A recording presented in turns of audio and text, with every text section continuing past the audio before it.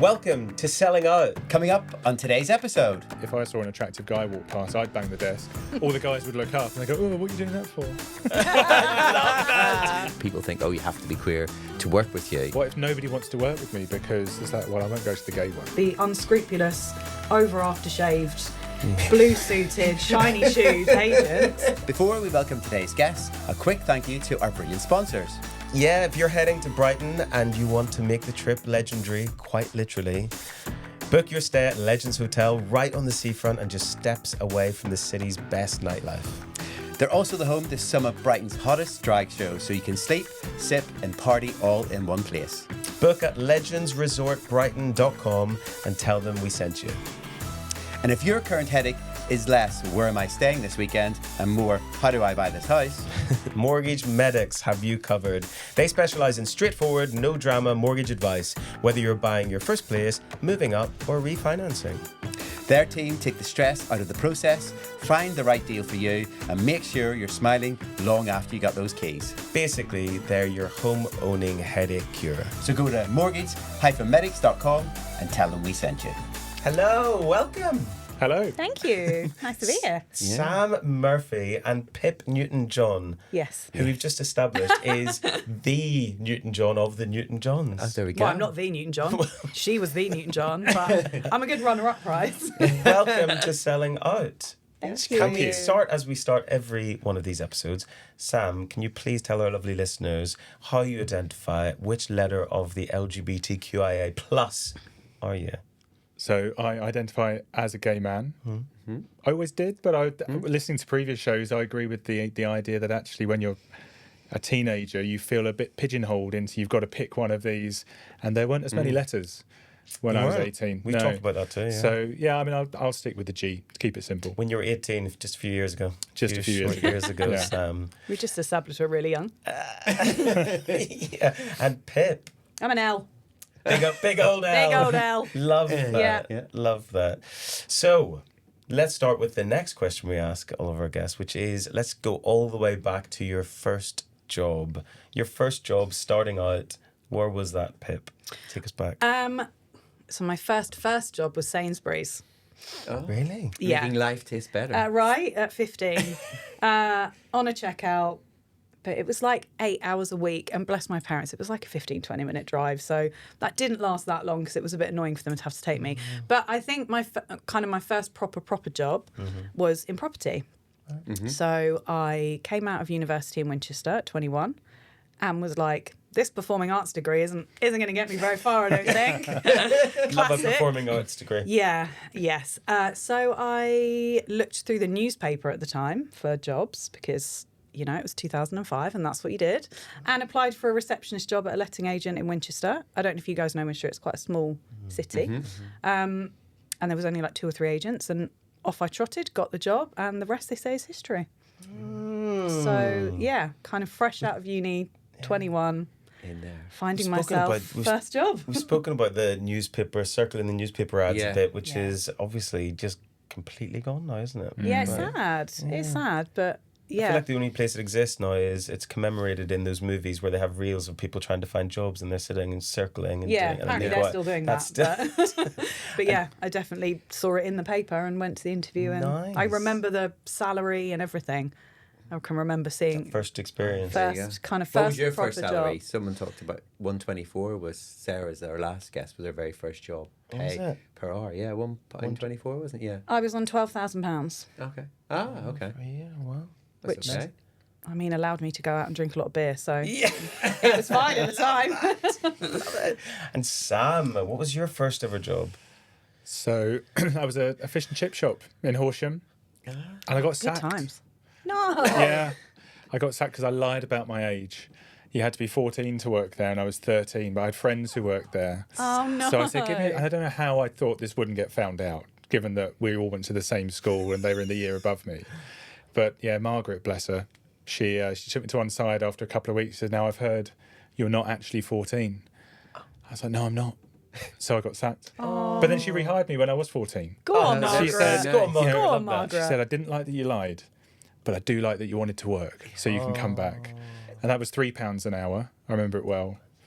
But then my first proper job was an absolute West Sussex County Times, circling the classified. Yeah. My dad used to throw the paper in front of me when I was 18, and I'd finished my A-levels and decided not to go to uni.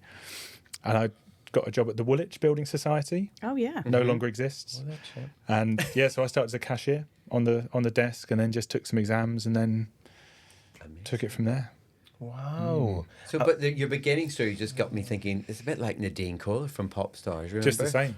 You know, she remember God she bless didn't Nadine. have. She lied about was that age, like- didn't she? She lied Busted. about her age. Mommy, on do the you have pop- my passport? Yeah, is that what happened? Did you do that? Did you do Did that, you call Mommy? Do Mommy? you have my passport? That clip must have been watched a million times. She's like blinking, trying to work out her birthday, isn't she? She's like, Was that what you were trying to do? Sorry, it just reminded me of that Can story. I just say though, 13 out there, Yeah. getting a job. Well done, you. You're the Nadine Mainly of the because you wanted mortgage to be with world. your friends, I guess. Yeah, also I was quite a greedy teenager. So I think, you stunk of fish and chips when you got home, but I had two older brothers as well. And at the end of the night, whatever was left and hadn't sold, we could divvy up and Scraps. take home. So yeah, stunning. the perks were, £3 an hour, but you could come home with £10 worth of fish sometimes, Could always do the numbers. all the chips you can Exactly. eat. What a job. That was like my first job was £2.85 an hour for McDonald's. £2.85.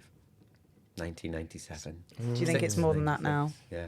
at Yeah, McDonald's? I pay him a little bit more than that in GoSucceed. That's really good of you. Yeah. Just a little Good of bit. you. £3. Bit of pocket money. So take us back. So we're back there, starting out in the Woolwich, and what was the company you said you started So on? it's called Penyards. In Penyards. Yeah. What did it feel like starting out there? We've spoken a little bit to guests before about the fact that when you start out on your career and you're embarking upon this thing and you're getting a job and it's feels very life changing, serious stuff. And I guess the thing that we've come across is that your identity and your sexuality, whether you know who you are, have discovered yourself or not, is not immediately always obvious at that point. But it is something that we take with us into any scenario at that point as a young person. How did that feel for you, or how did that present for you? So, obviously, don't forget, I was fresh out of uni, so I'd done a lot of discovery. Wow. Love that for you, Pip. Yes. Yeah. So I think what I took from uni was so much more life experience than my degree, personally. I worked out who I was in what felt like a safer environment away from home. I knew I was gay before I went to uni, but that kind of cemented it for me. I was like, okay. And it was the freedom from being away from home, being away from people that knew me. I could just be me. So starting work for me took me back to that shit. I've got to tell people that don't know me things about me that I've only just kind of discovered. So it was a big deal. And it was quite a traditional letting agent. There was like 13 or 14 staff. And Lucy, who owns Lawton and Door Properties, where I now work and have worked for 10 years. We've been best friends for 20 odd years now. That's where I met her. And there was a really lovely group of kind of younger people working there, and we all became very, very close friends. But that was my first real experience of coming out to people that didn't know, because at uni, kind of everyone just knew. It was whoever you were snogging on a Wednesday night, and there was no... Winchester's a small place. There was a very small kind of LGBT society. But everyone was just doing what they wanted and no one really cared. And then suddenly you're like in this work environment, like, oh shit, I've got to actually tell people and people are going to ask questions. And so for me, they were my first experience of coming out as my new self. And you know what, isn't it brilliant? They were amazing, so accepting, so kind. I went through my first proper breakup in that job. And again, they were really supportive and lovely. And it just became a thing that then didn't matter. So I was super lucky. It was my first real like, oh my God, I've done it. And it didn't go badly. I can do this again.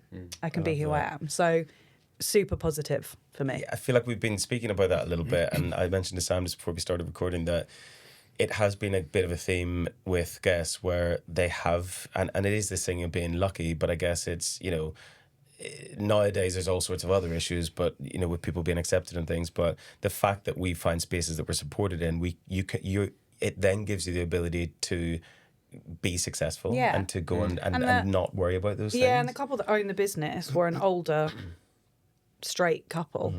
So I was probably one of the first gay people they'd maybe ever met properly, and definitely worked for them. So I think it was kind of a two-way thing of like, oh, this is new for us, and I was like, this is definitely new for me. But the kind of support and kindness that I got there was second to none. And ultimately, they were very much like, just get your job done.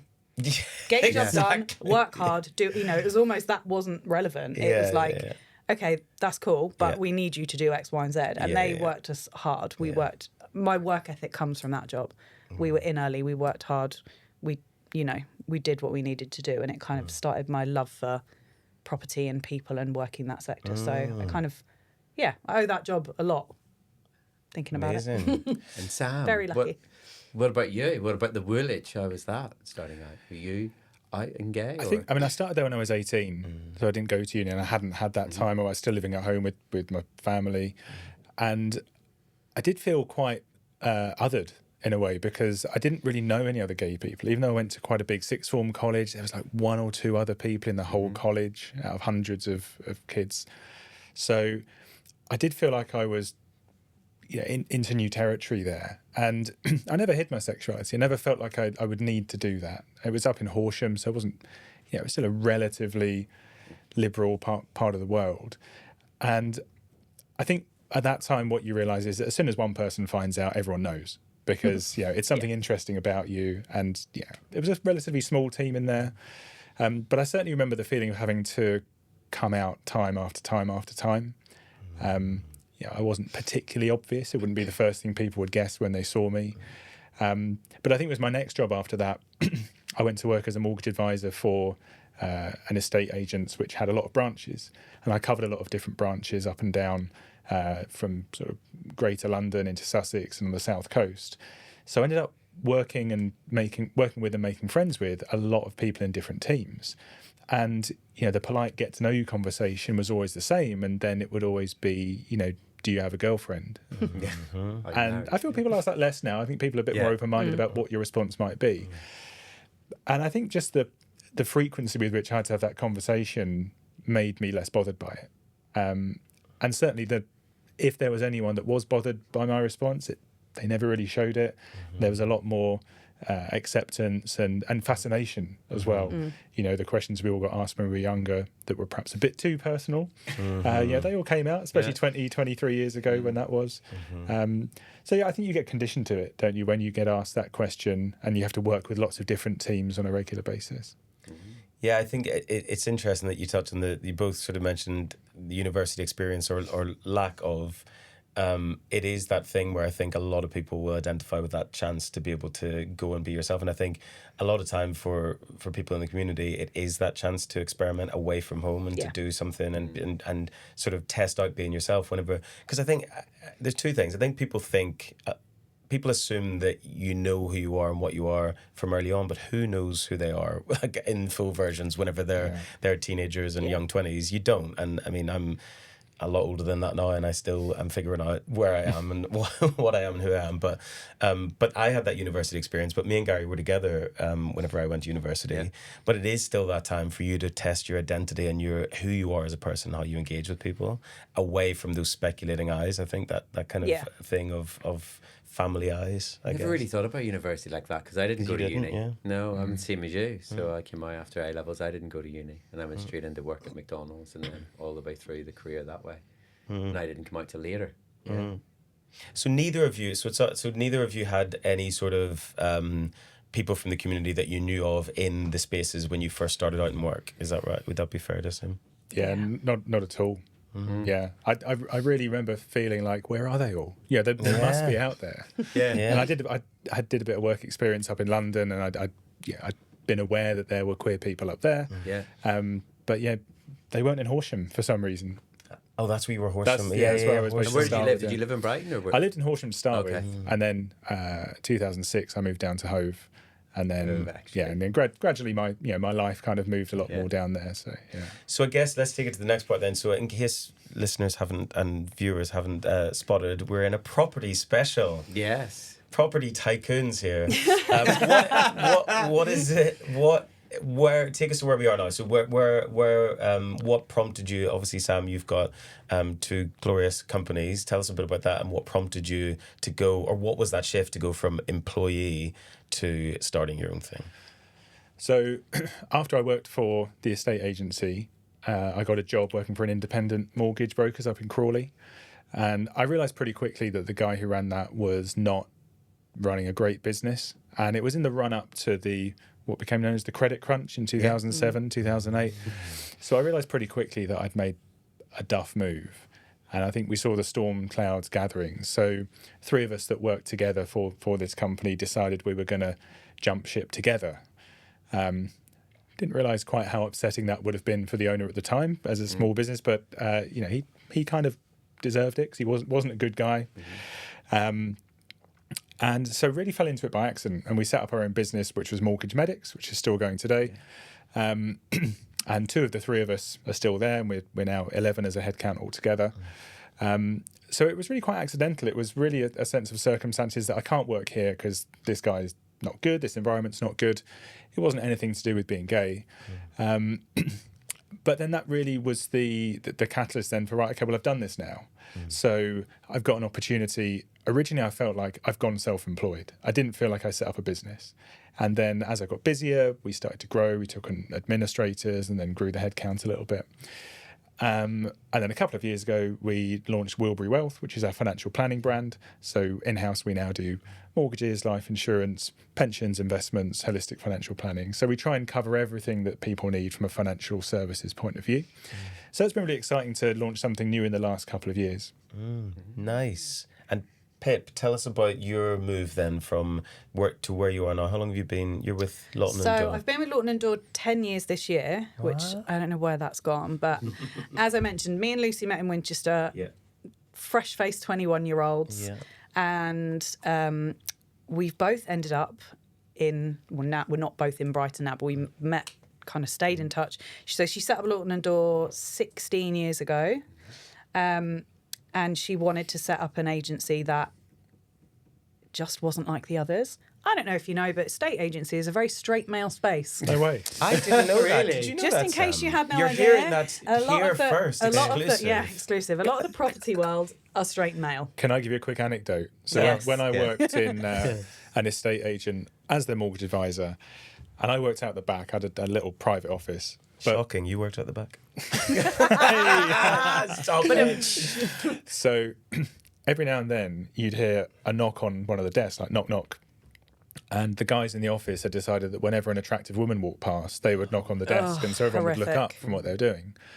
And I was young. I wasn't immune to having a bit of fun in the office. So then if I saw an attractive guy walk past, I'd bang the desk. All the guys would look up and they go, "Oh, what are you doing that for?"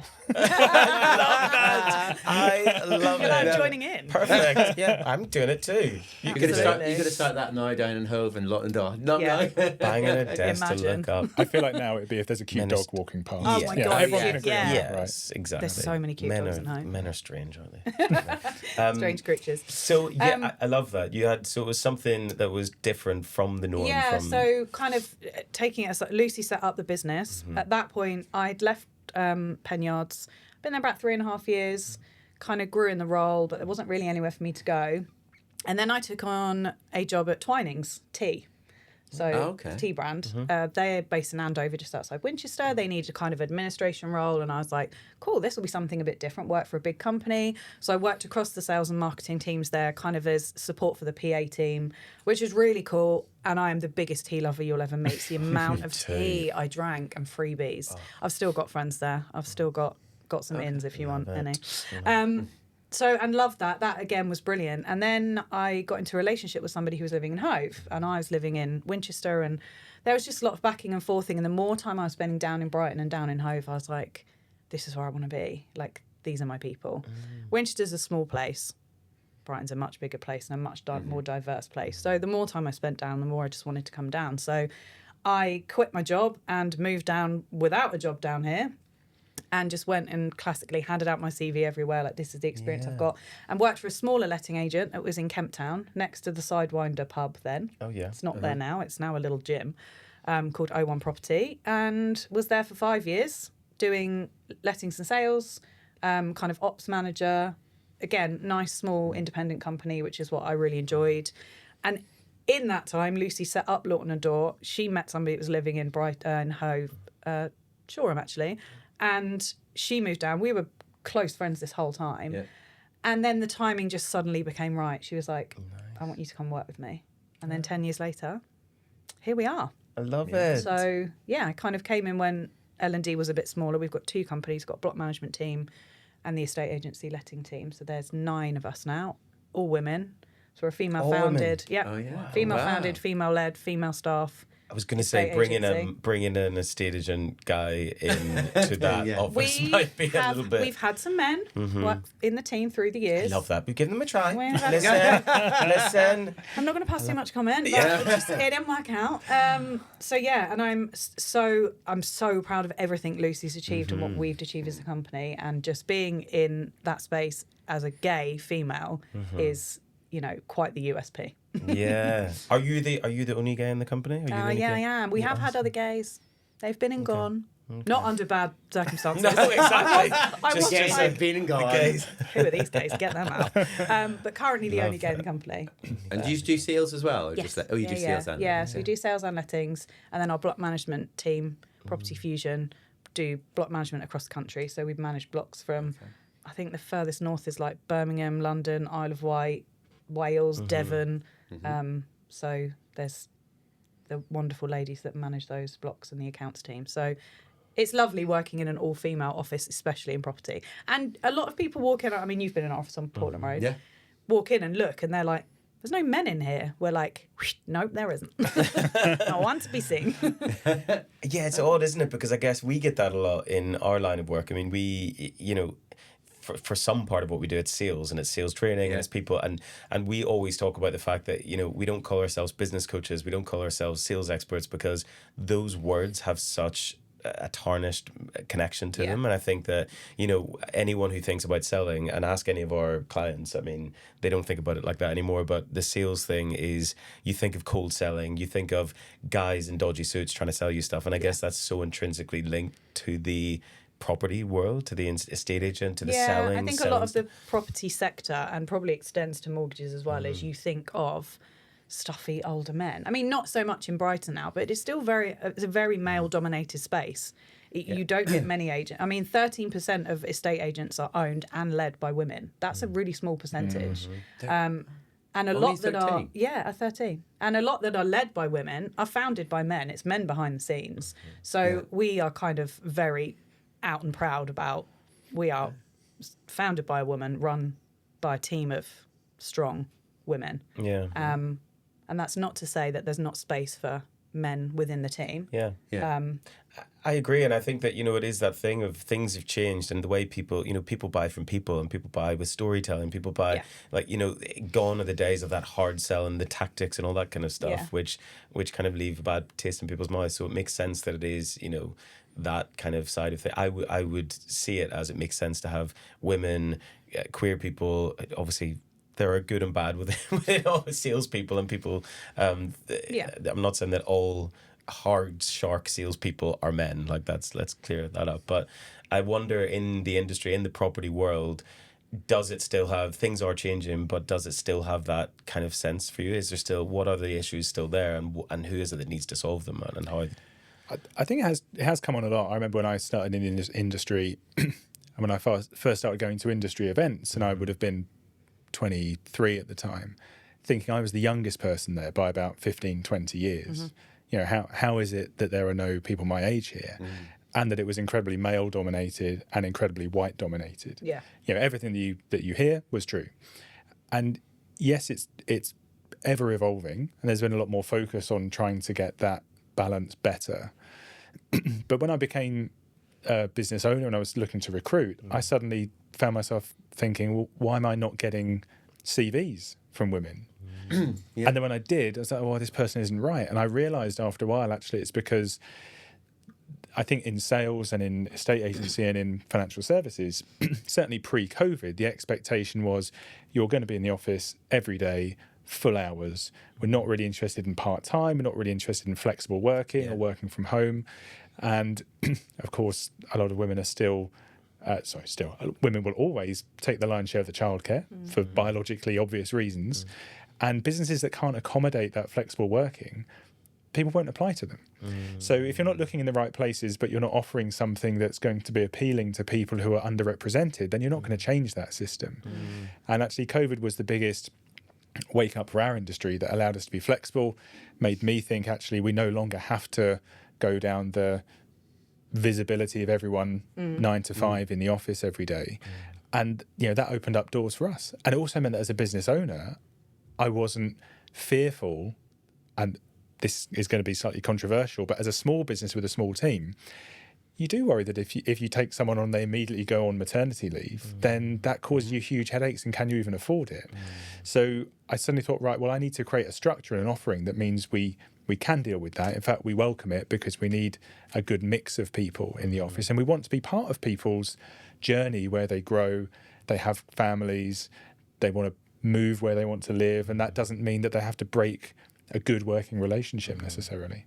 Yeah, it's all about the skill. It's like that when you're recruiting people. I recruited in the Co-op Bank. We could recruit a lot of women, and I recruited a lot of people Spanish and loads of different people, Lithuania. Yeah. But I recruited all those people from going into coffee shops and sitting and saying who they were. I hate the skill, a skill and will, I always call it. Whereas you can have the skill, but if you don't have the will, then what is the point? And I think it's bringing different people into the industry. And they all went on to be mortgage advisors. Luba went on to be a mortgage advisor. All of those people from different parts of Europe that came to work here, where people were like, "Are you?" I remember I sat down with the HR and they're like, "Actually, why don't we get people who are really experienced?" And I was like, "They're coming from the Nationwide or wherever, Barclays for a reason. Why we're paying them almost the same salary."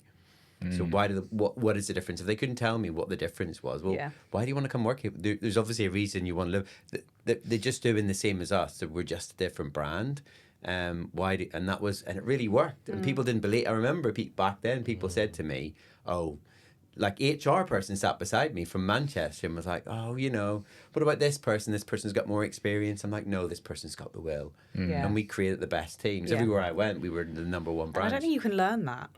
No, it is a big thing. Skill and will is a big thing. If people have the will, you can learn the job. You can can't learn the job. You can't teach people to be hardworking and tenacious and adaptable and kind and I think that's really, that's something that you just triggered a memory there. But whenever, because in my last career I worked in the fashion industry, and our teams were all product teams, so they were, it was all about scheduling, it was all about getting samples in on time, having really good working relationships with the design team, which can sometimes be quite difficult to work with the retail team, the finance team, who are all about the numbers and stuff. So I was lucky enough to build teams when I was in those jobs, and all of my teams were female, and I mean, partly because they were all, they were the best people for the job, but it was that thing of the kindness that you said, the kindness, the strength of character, the kind of organization, all of that stuff came together, and it happened to be that my teams were all female teams.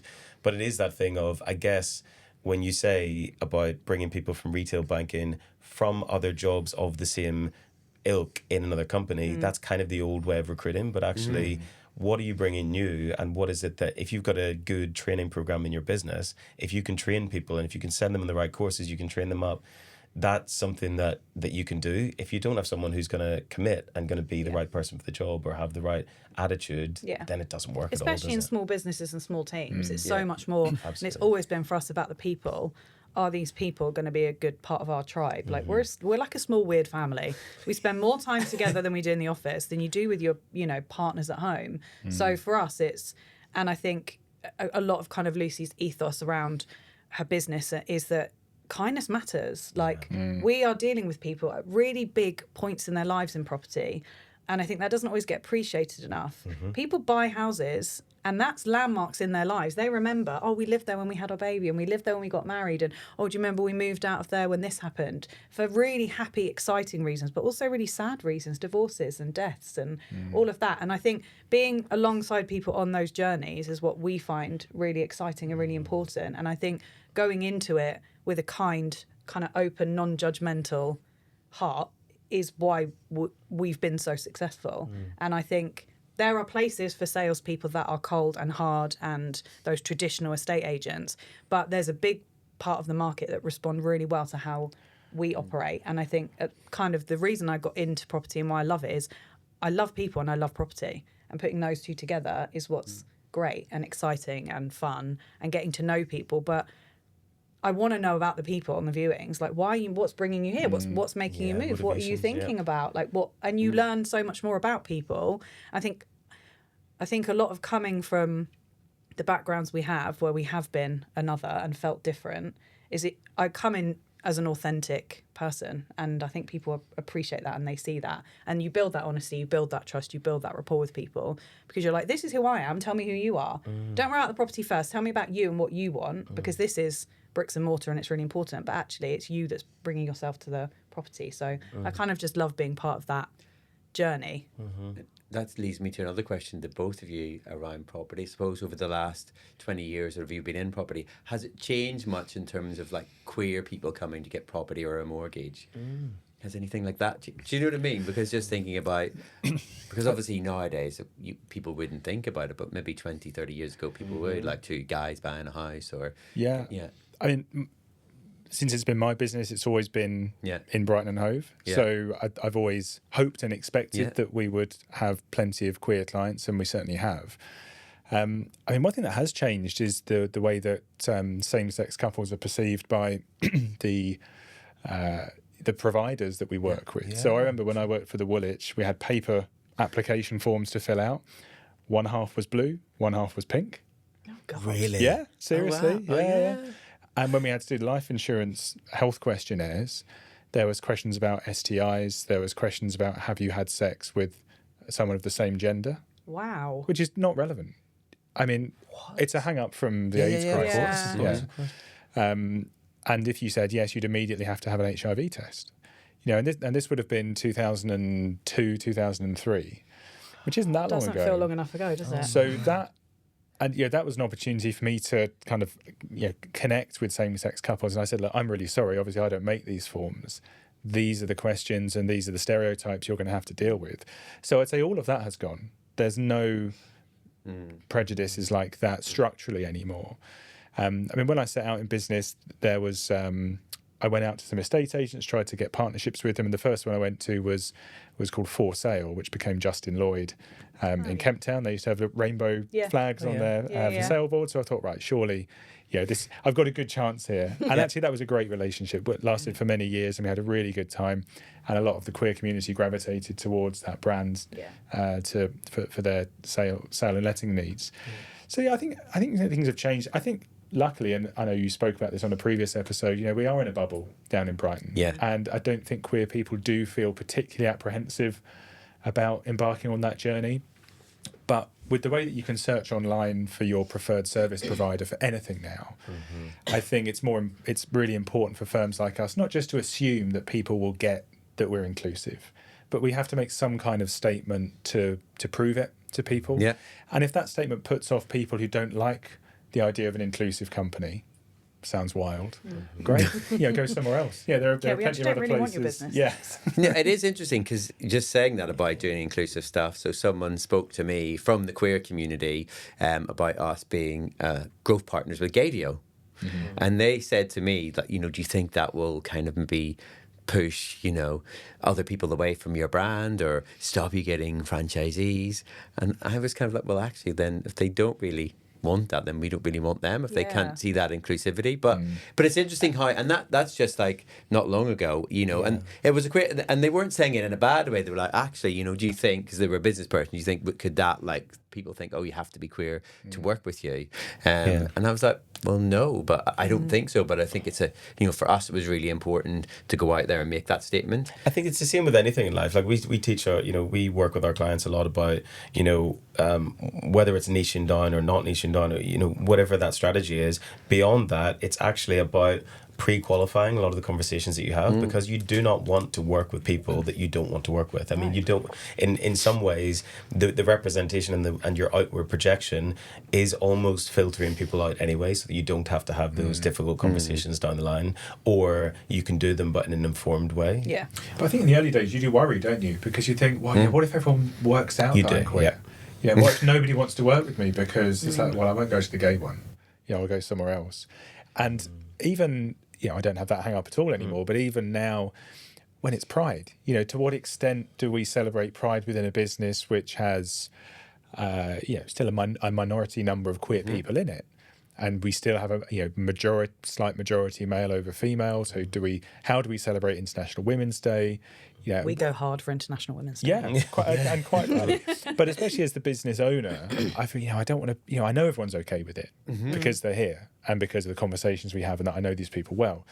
But to what extent do they want to be asked to participate in something? And it's a difficult balance because I think everyone's fine, but then, if you celebrate do you celebrate certain other minorities celebration days if you don't have people like that in your workforce? Does it feel strange to be celebrating black culture if you don't have any black employees, for example? So I think that's a challenge where it's not because you're worried about being over the top, but you can't do everything. Yeah, I think it's true, and I think representation, and I guess if it's authentic, if it comes from a place of authenticity, as a queer founded business, and I think people lead the charge on the things that are important to them and for the reasons that are important to them. And I think that every single time with every client we've worked with in every business type, it has led the people that they want to work with to them more so than it has ever detracted people from coming to them. So I think it is that thing of setting out your stall in the way that you want the world to be, the way you want things to be. But it takes courage to be able to be that and I guess we've experienced that through our lives in different ways where we don't have a choice to be who we are, but we do have a choice to mask it. And I think that's kind of what we are investigating a little bit with this series. It is, do you mask yourself in your role? And I know there's certain parts of myself that I masked away during my career, and I was in the fashion industry, so you'd think that you wouldn't have to, but there are things that we do, and we do it for different reasons, to get by and to be accepted, and I think we have to constantly come out, don't we? Exactly. And everyone's like, oh, when did you come out? And you're like, well, yesterday. Yeah. I told somebody Yeah. that, I said wife, and people blink at you. Like, Yeah. I'm currently selling my wife's parents' house. If anyone's in the market for a 3-bed on Shoreham Beach, it's lovely. Shout out. Anyone Love wants that. it? It's really nice. But I did a viewing there, and I obviously have to let any viewers know that I have an interest in the property. Like, I know the people that live in it. So I said it's my in-laws' property, and most viewings have been lovely. They're like, oh, amazing. Like, so you know the house really well. And I'm like, yep, know the house, know the owners. Like, there's pictures of my wedding around the house, so I can't really hide it. So we're walking around doing a viewing just the other day, and this lady said, oh, how does your husband feel about their family house being sold? And I just kind of went, my wife, and she looked at me, and the absolute fear on her face, she obviously was going, shit. Oh, and she she held my arm and she said, I'm so sorry. I'm so sorry. I shouldn't have made that assumption. I'm really sorry. Like, she was so embarrassed. Yeah, but that is the perfect reaction. And isn't it? I'm and I like- can imagine my parents making that that assumption too. Yeah. It is true, but I think that there's with the sometimes what people do is an overcorrection of making it like the worst thing in the world. To us, we know that if you make a mistake, you make a mistake. Yeah. Like, it's fine. In It's fact, like, it she doesn't immediately, matter. for her, in her head, I hope now, she won't make that assumption again. Yeah. She won't think that way. The next person she asks, she'll go, oh, does your partner, or, what does your partner think, or whatever. Because it doesn't really offend you, does it? But it kind of makes you just go, oh, okay, I've got to do it again.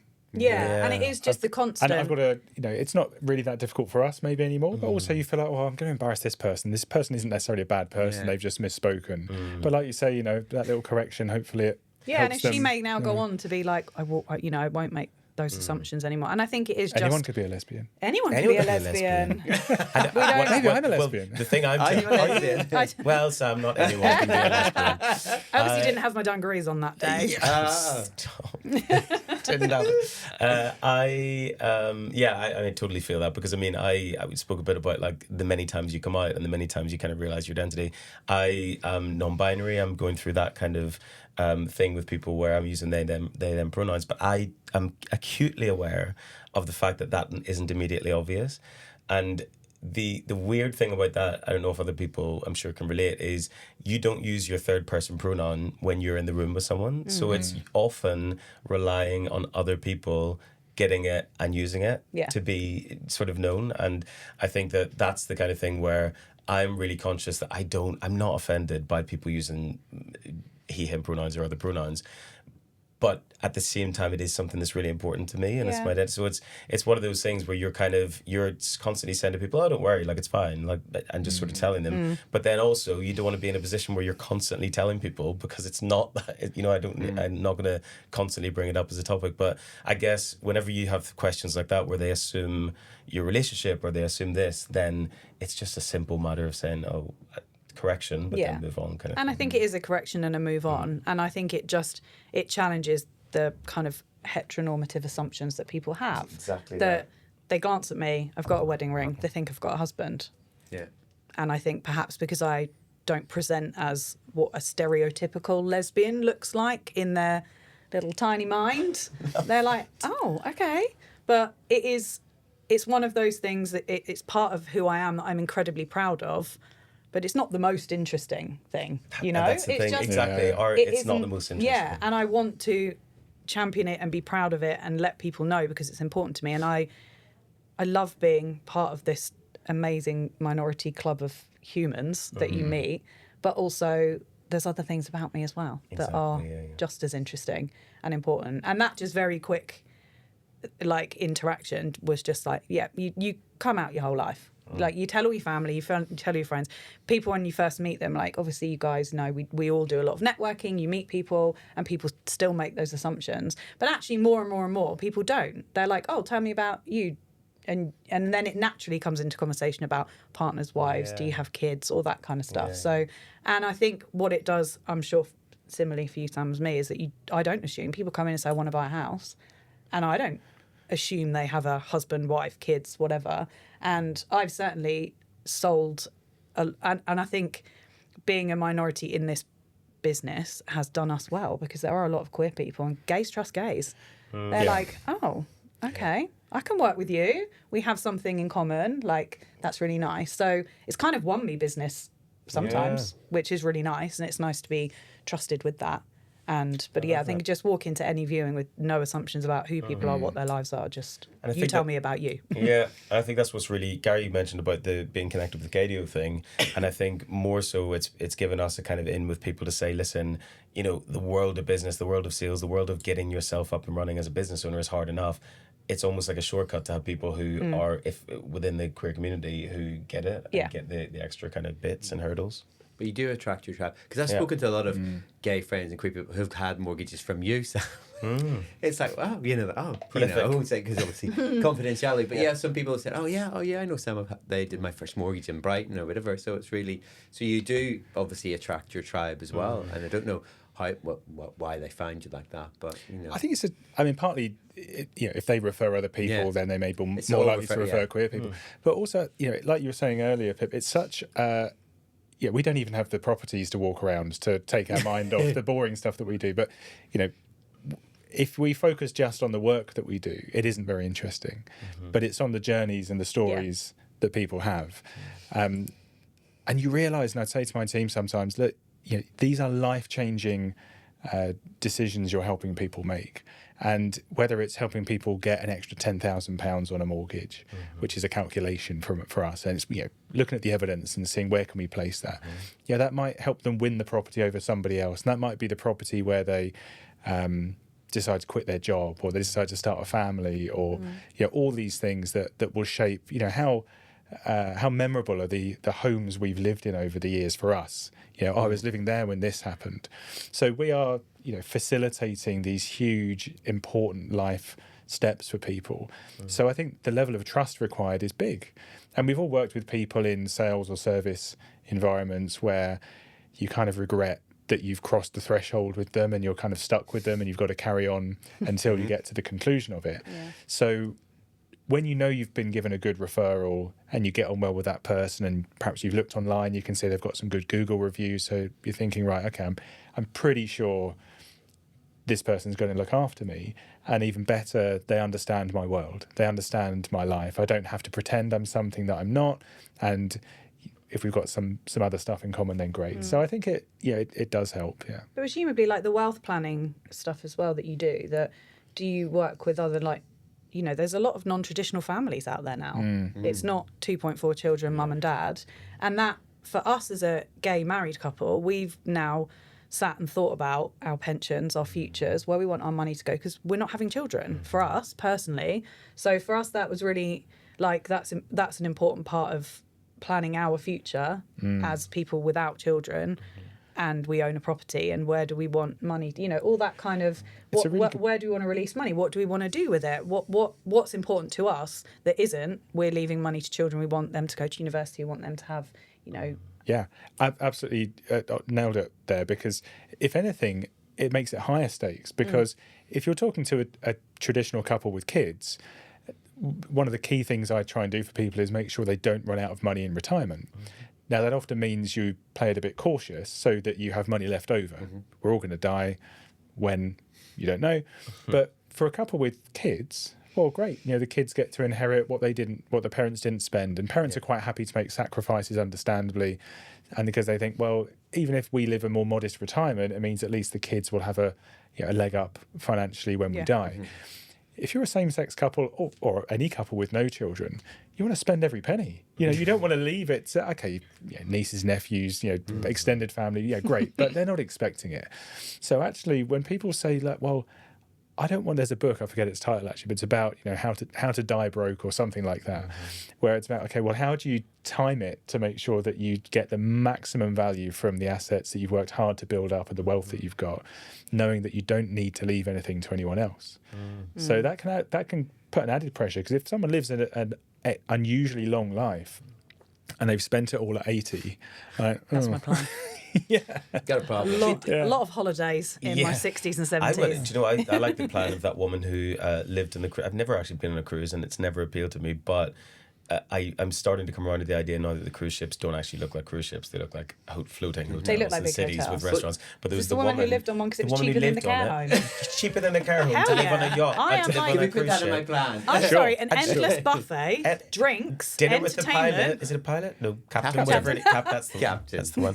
But yeah, she was living the best life. I don't Yeah, know. that's I my hope she's plan. still living that life. But a question. I was just going to say, it just took me back, just talking about mortgages and planning, because it just made me think about something which I haven't thought about before. What? So when I bought my first property, I bought it with a female, and Paul was my financial advisor then, who's still I love that, with a female. With a female. Any old With female. Your Sarah. ex-partner With Sarah. a female. Just one that he found on the street. Just let her in a coffee shop. Okay, so with Sarah, and so I bought that with Sarah, and obviously then we split up, and I bought the other half off Sarah when the flat. But then when we bought the property here, I've never really thought about this, but Paul never ever questioned it at all. He was just kind of just Paul. Yeah, this is Johnny. He never. But it was never kind of a. I was just trying to think, did I ever come out? Because obviously Paul's been. Yeah. I've known Paul for like nearly So 30 said, years. Paul, this is what's happened. No, So I need to Zara's talk out, you through Johnny's in. something. Yeah. The female is gone. The female. The female is gone. Yeah. No, You're no, in. they, them. They, them are The in. male Yeah. at that point. Meal at whether that point. was, But no, but they, it just made them. me think about that. That Yeah. I I never mean, Paul definitely discussed it over dinner at home. Confidentiality Oh, really? is one thing, Yeah, but gossip is quite another. Yeah. So, I was going to say, so we mentioned, the fact that, you mentioned in terms of women-led agencies being by 13%, being really underrepresented. And also we talked about the fact that, it's dominated both your services in terms of wealth management, mortgages, property is male, older males, even the kind of younger people who are coming up or younger sort of male estate agents. What is it that, if there are people who are genuinely interested in that industry but are fearful or concerned about, at least it's factoring in that, I might not get this because I'm gay, I'm female, I'm not the standard. What do you think needs to change, or what is the advice for people to be able to do that, or for employers in those spaces to understand what they need to do to have people? I think it is careful what I say here. My perception is that it is equal opportunities now for the right candidates. Yeah. How do you get people to become the right candidates is a bigger question. As an industry with a lot of small businesses, and the big corporates that used to train the vast majority of people in our industry, they've slimmed down their direct sales force hugely. Right. So there's a lot more onus on people who self-study or small businesses that bring people on. And as we discussed, it is harder to find a diverse pool, I think, as a small business. You've got to work harder to look in the right places to do that. But if someone's out there aspiring, a few of our team, probably half of our team, decided for some reason, this is the industry I want to go into. And they decided to start down the qualification process. They started reaching out to firms like mine, saying, this is what I'm doing. Would you consider employing me? Can you help me? Can you give me any tips? Mm-hmm. So I think if you've got that kind of get up and go, you've got the interest, it's important to have the interest. You can't force someone to like something. Mm-hmm. Then I think the opportunities are there. There are working groups in our industry. There's a group called Working in Mortgages, which encourages women, queer people, ethnic minorities, anyone who's underrepresented to get in touch, to speak with them about what the industry is like and to try and address the imbalance that we've got. I think the opportunities are there. Okay. But again, if you don't see people leading those businesses that, if you're a young queer kid and you don't see friendly faces or you don't see businesses that identify as looking for you, then it's going to put you off perhaps. So there's always work to do, but I think a lot of work has been done. Nice. I think certainly in estate agency and lettings that there's a really high turnover of staff. Mm-hmm. I think a lot of people come in it quite young when they don't know what they want to do, which was very much my story. I didn't go into the property world thinking I want to be an estate agent. I didn't. But for me, it was working in small, independent, supportive, kind agencies where actually being gay was important and it was supported. But actually, I just worked really hard.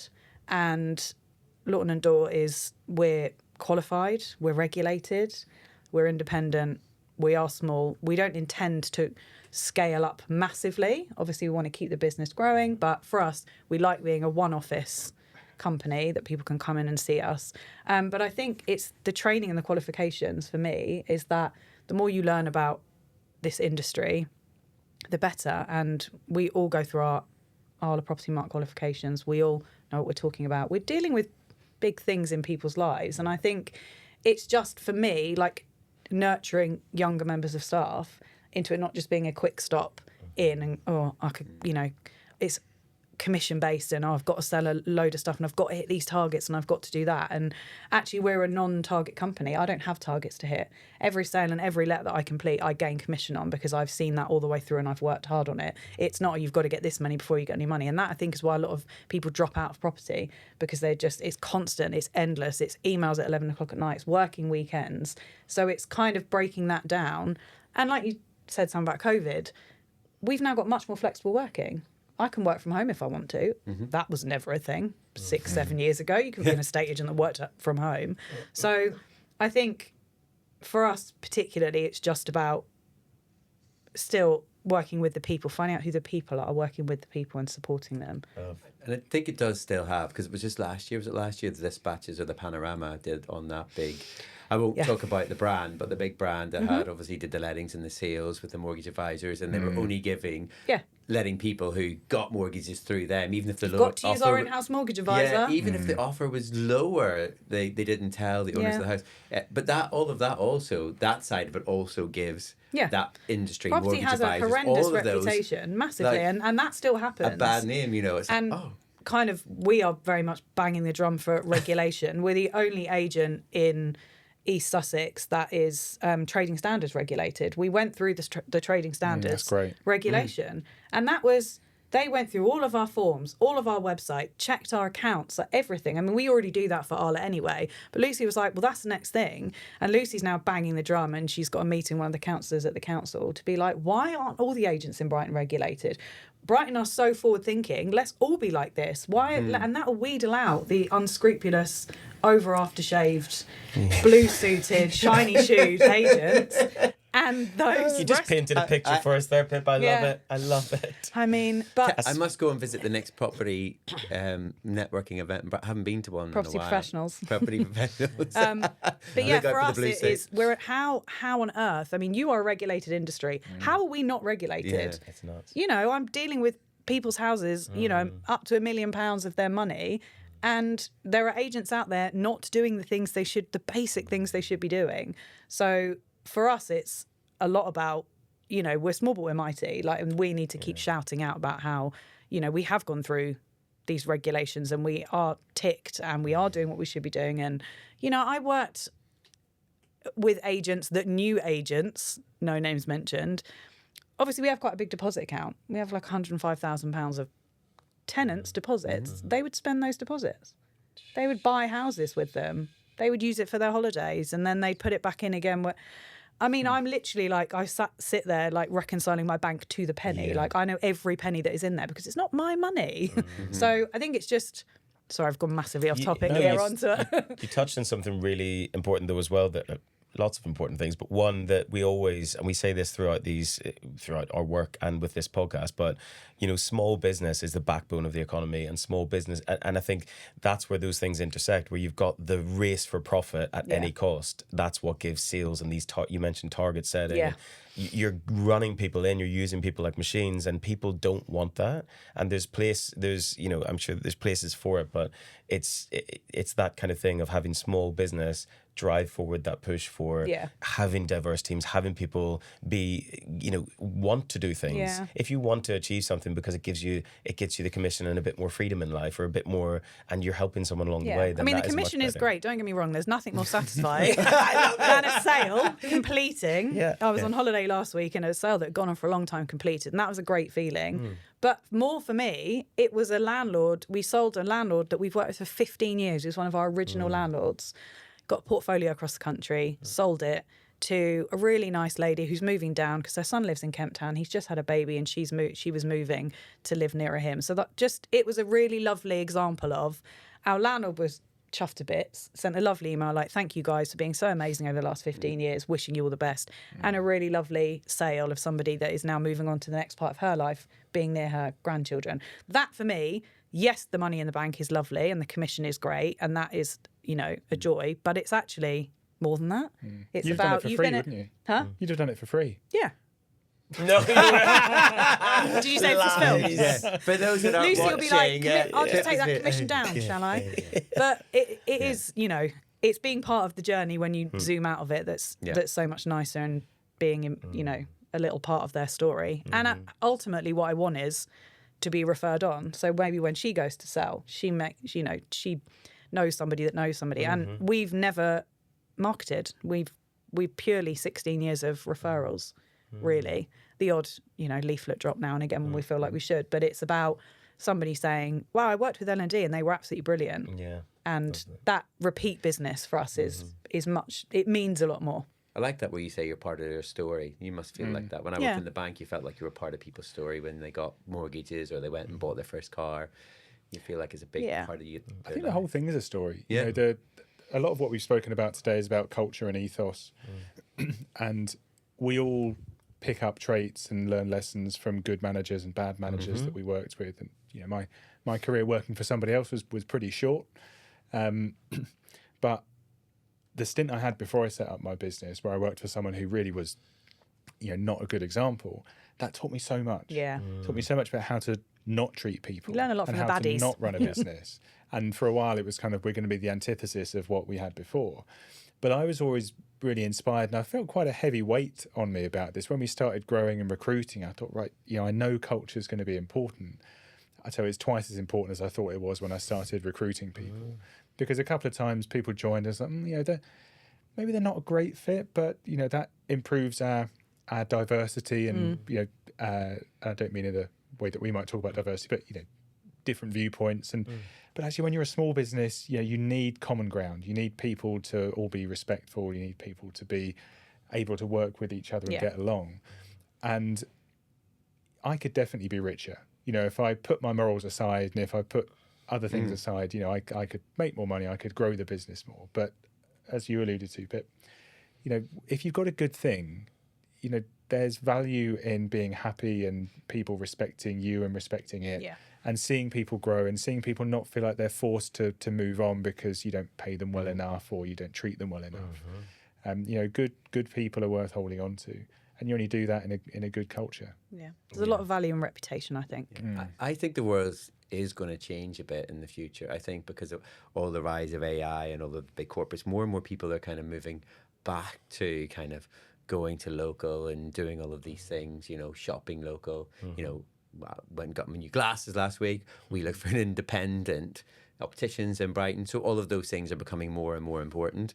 And I think the more and more people do them, I think there will be the rise again of the more and more small businesses. Yeah. Obviously, Brighton is particularly, in terms of saturation of small businesses, we've got the most in the UK, which is great, which I love. I love that we've got that whole small business culture, but I think we need more of it across the UK. Yeah, but I feel the challenge, I agree with you completely. I think the challenge for small businesses, we've got to be as convenient as the competition. And that's what we really struggle with. Can we, if you compare a supermarket to your butcher's, if your butcher's open 9 to 5 and 9 to 12 on a Saturday and you're working those hours, you're not going to be able to get there. You're going to buy your stuff from somewhere else. So as a small business, can we offer the accessibility? Can we offer the communication style? Exactly. And a big sell for us, against the corporates is that you're never going to wait in a call centre's call queue. Yes, but we're not going to answer the phone at 8 o'clock at night. So there's a trade-off, and you have to be mindful of what you can offer. We always say, the businesses we work with, it's always about removing the friction points, make it. You're right, make it more convenient. But I think there's definitely, there's always the premium for service. There's always the premium for that one-to-one. And you're exactly right. The bigger corporates just can't keep up. People hate going on call centers. They hate speaking. They hate waiting. They hate that kind of stuff. It is, and it is. I get the whole kind of the convenience thing, but I think it's changing a little bit as well. And it's always about signposting people as well. I think if you signpost people and say someone will be back, I've taught loads of people that where people are like, I have to. We got into this culture where you have to answer someone immediately. Whereas if you leave a message and say I'll call you back between 4 and 5, if they've called you at 9 a.m, if you've said that in a message, they don't feel like they're not calling me back. So those types of things of setting expectation, there's small things we can do. But as I always say, we're like a small business is like a speedboat. We can change direction and move. Whereas corporations are like tankers. It takes them a long time. Communication as well, isn't it? I think what we do is they're waiting on us. They're waiting to get their mortgage, to move house, to move into their rental, and it's about managing that journey with empathy and kindness and understanding that, I'm sure you have. There's been chains of properties where you're ready and down there they're not ready. And you're like, I've done my bit. That bit's not ready, but you can't do anything about that. The crosshairs are moving throughout. Like, whose fault is it? Like, Which solicitor will not come back to me? I think that point because we covered both those things, and you mentioned morality there, Sam, and I think it's a really interesting point because we're seeing it play out in the world right now about how a lack of morals can lead to certain things.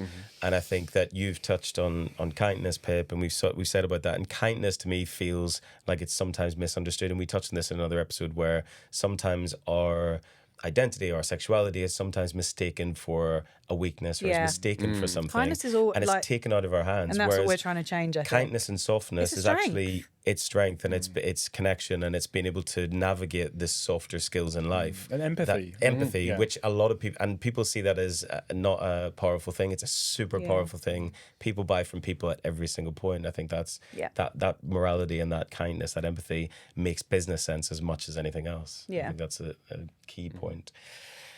Thank you so much. We're going to wrap up to our last question. Yeah, we will. One. And did we talk about Pippa and her connection to Olivia Newton-John? Oh, we did say it at the start, did we? We said it right at the start. Right Olivia Newton-John. Just a little clip. Did we know that? First, what's the connection? Dad's cousin. Your dad's cousin? Dad's first cousin, Was Olivia Newton-John. Yeah. So we've had a Newton-John on the show. There we go. We've had a Newton-John, There you go. What have you got a good connection there, Sam, that we can, None. Any We're celebs? sitting next to a Newton-John. We're now all 1 degree. We're all 1 degree. You know what Irish family records are like? They go back about 100 years and nothing. So, you're related to someone.